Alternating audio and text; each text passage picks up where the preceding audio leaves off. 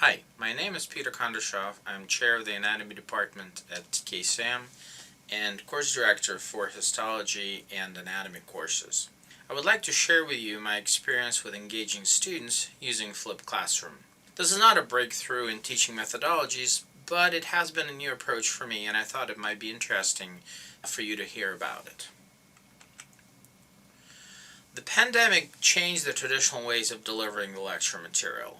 Putting myself in student shoes, the idea of looking at a talking head for hours of upcoming lectures did not seem appealing. So I tried to create an environment in which I could interact with each student in class using the polling software.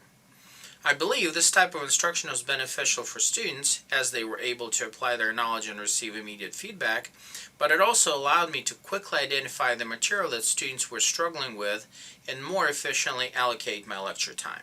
So my goal was to provide our students with the education that would be as good or better than what we could provide face-to-face. My major concern was the lack of interaction with students during the Zoom lectures. To overcome that, I decided to combine the traditional presentation with flipped classroom using polling capabilities that are built into the Echo platform provided by the university. So this involved several steps. First, I identified the parts of the histology course that were both challenging but also fairly monotonous to lecture upon. As the next step, I created they were all under 20-minute videos to cover the material. I would then ask the students to watch the videos before class. Using the Echo plugin for PowerPoint, I added interactive slides to my regular lecture slides. During class, when I opened an interactive slide, I would ask students to go to Echo and choose the right answer. Based on student responses, I either spent more time explaining the content or moved on to the next content block. This allowed me to identify student proficiency and understanding of material and helped me to focus on the concepts that students had a hard time learning. I was also closely watching the chat window in Zoom, monitoring student questions about the material. This is an example of an interactive slide.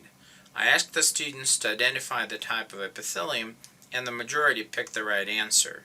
But also quite a few students picked answers E and F. In this case, I would go back to my regular lecture slides and emphasize differences between this tissue and the two lookalikes.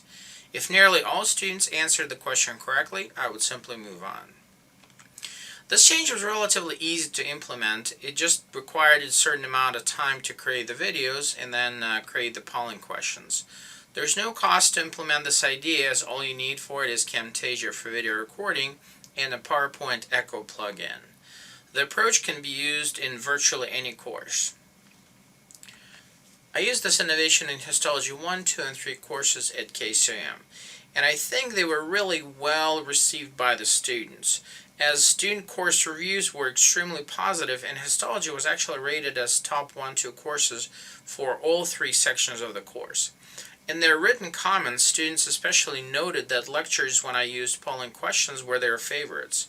I also used polling questions to integrate histology and pathology in semester 3 lectures, presenting case studies and asking students to identify possible causes of pathological tissues on the slides, which was well received as well.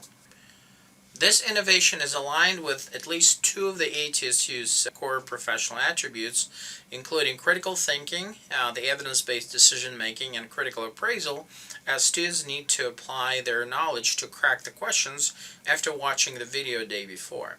It also helped with their development of interpersonal skills through active listening and questioning.